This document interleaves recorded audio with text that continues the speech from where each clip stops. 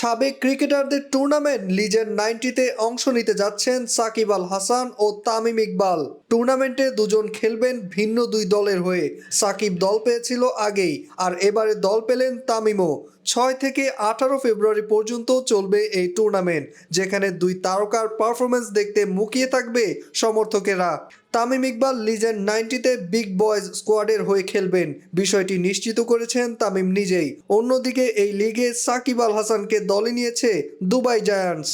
দেশে খেলার সুযোগ কম হলেও বিদেশি লিগে সাকিব আল হাসানের উপস্থিতি নিয়মিত।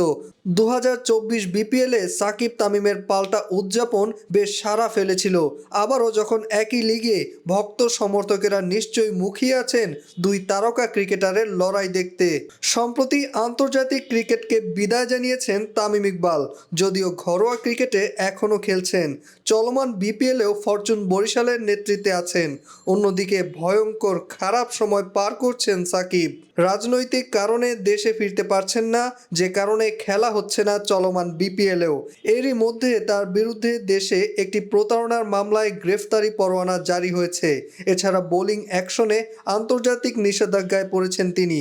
দুই ফরম্যাট থেকে বিদায় নেওয়া সাকিবের ওয়ানডে ক্যারিয়ারটাও কার্যত শেষ বলা চলে, যে কারণে এই দুই ক্রিকেটারকে বাংলাদেশের জার্সিতে আর একত্রে দেখার কোনো সুযোগ নেই। বিপিএলও সাকিবের ফেরার সম্ভাবনা প্রদীপের নিভু নিভু আলোর মতো।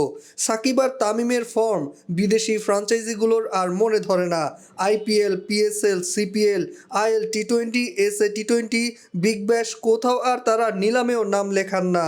ভক্তরা ভেবেই বসেছিলেন আর হয়তো দেখা হবে না সাকিব তামিম দ্বৈরথ। তবে শেষ পর্যন্ত লিজেন্ডস লিগের সৌজন্যে আবারও 22 গজে মুখোমুখি হতে যাচ্ছে সাকিব আল হাসান এবং তামিম ইকবাল।